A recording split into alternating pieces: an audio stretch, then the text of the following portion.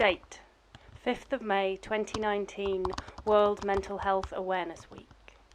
Location, the internet, www.marinecollab.org/soundwaves. Conditions, mostly calm with scattered doubt, moderate risk of overwhelm, a band of high pressure kept at bay by the distant song of waves. Coil a sound inside the conch of your ear. Tune in to liminal space, to flux, to where the land gives up and throws itself into the void. Or is it the swell that marches the ocean's breadth in line but kisses the shore and falls apart?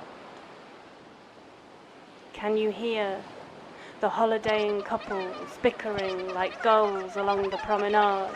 The imitation shutter on your phone, the Instagram likes racking up like pebbles dragged over the sand. Can you see the hunched sea stacks with their backs to the wind, the lone figure on the cliff top where the Samaritan's helpline number fades on weathered wood? Clasp the sound inside the oyster of your palm. Take it with you to board meetings, appointments with your therapist, on long car journeys when you are told you need to talk. Don't replace your medication with the sound unless advised to do so by a doctor. Side effects may include deep longing accompanied by uncertainty what for, increased awareness of edges, and a desire to become liquid. This sound should not be used as a replacement for real-life experience of the ocean or any other natural phenomenon, but has been proven to alleviate symptoms including stress, muscular tension, and inflammation of the self.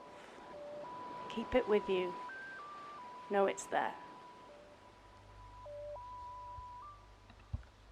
Date, 25th of March 2016. Location, Caton Bay, East Yorkshire. Conditions, grey, both externally and internally.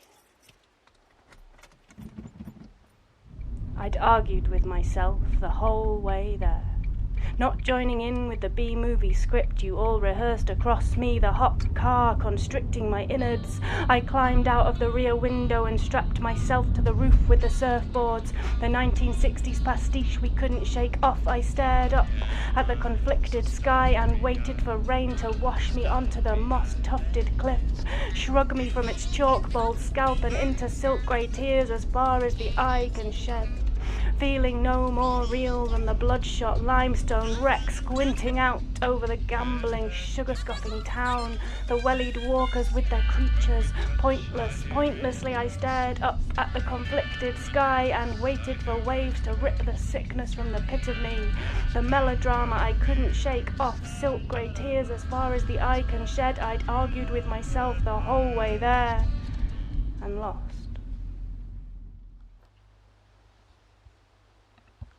Date, 3rd of January 2017. Location, the depths. Conditions, poor. The ocean smells of failure. I can hear it lapping from behind the harbour wall. Fishermen haul up their empty nets, turn their prows to shore. The sun, just risen, nestles down again, pulling the horizon across its chest. Drivers abandon buses in the street, commuters trudge back to night-sweat beds. Gulls scour the beach for fish and chip pickings, but slim chicks shiver in their shells. There's little you can do but tell yourself that today just isn't your day, and try not to gag on the stench that keeps on rolling in, wave after wave. Date, 25th of December 2018. Location, former slate quarry, North Wales, a threshold. Conditions, antithetic. Two versions of you at the water's edge. One dives in, the other hesitates before returning home. Reflections. There are days the hills lean back, let you slide a hand between bare blades, palm to moss, and feet find the smoothest rock on the bank. Dippers nod quiet consent, and the visiting swans are here to herald your triumph, your spaniel splash, your sealskin skim, your reincarnation as the hot ache glow of hot coal, cold stones. Then there are days the one that shatters is the mirage on the shore, the mirror image solid as the jutting moonscape of slate, crowding yet desolate under the sky's crooked smile. Lone crow, the only witness to your featherweight tread, your wing-clipped itch, your porous crust, your tarnished armor turning rapidly to rust. Date, 16th of November 2015. Location, Playa Zicatela, Puerto Escondido, Mexico. Conditions, macho, manly, masculine, confident, colourful, hot. Everything is balls out. The cocksure dogs who own the dust of the streets, the men arranged on towels like Greek statues in museums, flesh bronzed, oiled and tattooed with floral skulls, vive sin miedo.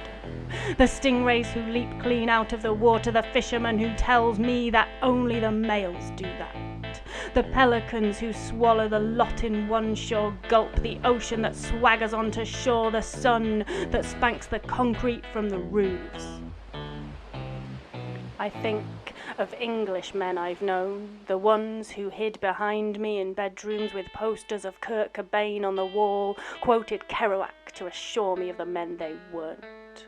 The ones skulking in the back rooms of pubs, fingers gripped around cold pints and pool cues, and our sun afraid to show its face, and the opaque sky crying suddenly in public but never explaining why, and our version of the sea not quite knowing how to touch the land. Date, 3rd of April 2016. Location, Basque Country, Spain. Conditions, low tide. The advance and retreat of your mood persists relentlessly despite your efforts to intervene. Low tide.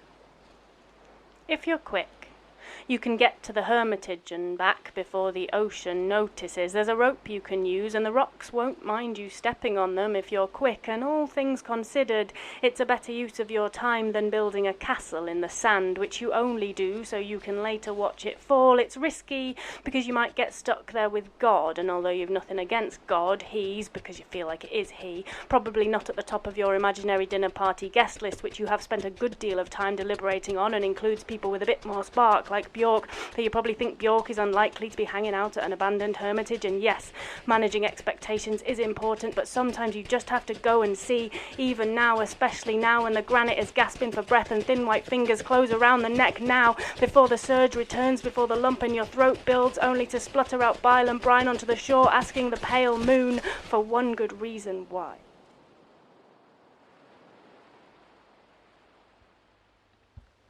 Date, 24th of October 2015. Location, the Pacific Ocean. Conditions, extreme loneliness. You are a whale, and like all whales, you sing. But at 52 hertz, the frequency of your song is too high for other whales to hear. Scientists have studied you, they have called you the loneliest creature on Earth. You continue to sing.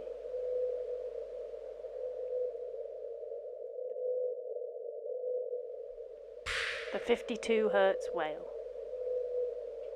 If Wetherspoons were an ocean, you would be the 52 hertz whale, casting out a song no ear can recognize. The doleful water in your giant eyes, that gaping sack under your jaw, barnacle calluses speckling your skin, and shoals of colour flashing past you as you drift towards the bar, bearing the yellow grill inside your mouth.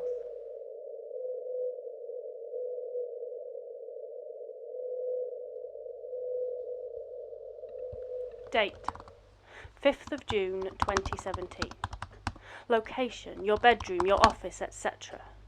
Conditions, you are staying on top. When people ask you how you are, you say, I'm well. Hiraeth, in Welsh, is the longing for a home that may never have existed. You are not seasick, quite the opposite. A yellow weather warning has been issued. Landsick. The tug of the magician's tablecloth leaves you quivering, not shattered. The bucking of your 5-year plan demands limbs to splay in ways 12 weeks of yoga could never have prepared you for. Your birthday is leaning from an upper story window, threatening to jump. The reservoir is unmoved by the rings you run, the bargains you attempt to make with time. And what about the bathroom renovation, says the land, and what about the promises you whispered through the wine, and somewhere far away, shh now, shh, says the sea.